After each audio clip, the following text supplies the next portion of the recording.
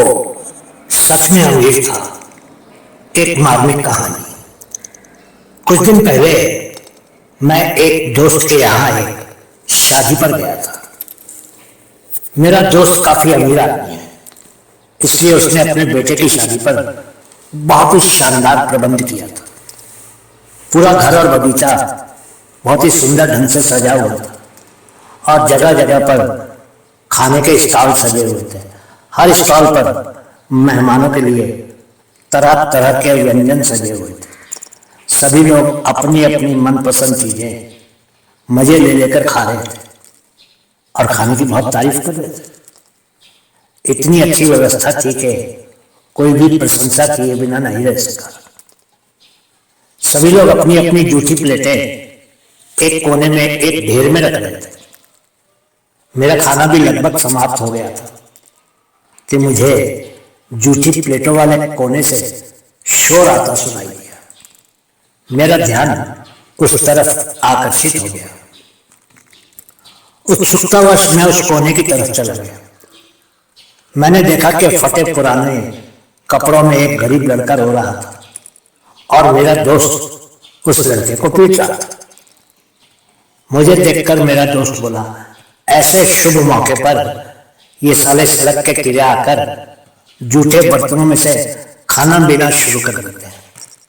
वहां मेरे इतने बड़े बड़े मेहमान आए हुए और इधर ये भिखारी इन जूठी प्लेटों में से खाना उठाकर थैले में भर रहा है।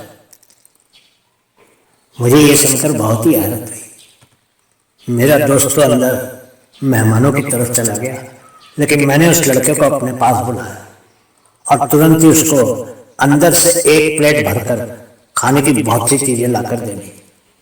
उसने वो सभी चीजें अपने थैले में रख ली और मेरी तरफ देखकर मुस्कुराने लगा। वो पिटाई के कारण उठे दर्द को भूल गया था। बेटा, ये जूठा खाना क्यों इकट्ठा कर रहे थे? किसी से मांग लेते तो ताजा खाना दे देता। बाबूजी, हम गरीबों को कौन अंदर जाने देता है?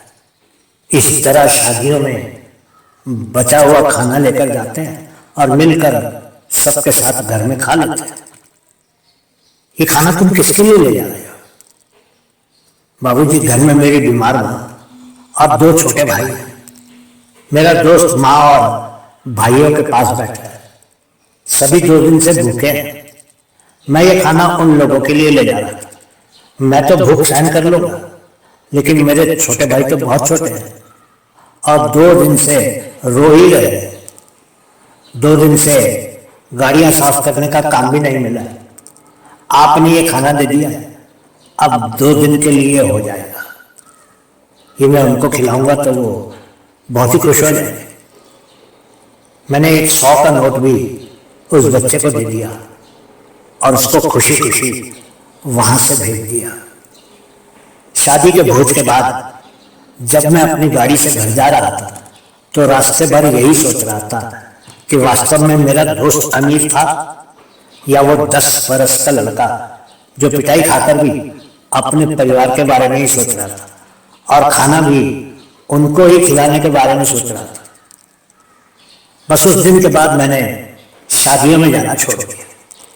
आज 30 बरस हो गए हैं उस घटना को, लेकिन मैं आज तक फिर से किसी की भी शादी या भोज में नहीं गया हूं। अब मुझे गरीब लोग अपने अमीर दोस्तों से कहीं अधिक अमीर लगते हैं, जो गरीबी में भी दूसरों के साथ बांट कर खाने में यकीन रखते हैं। बहुत बहुत शुक्रिया।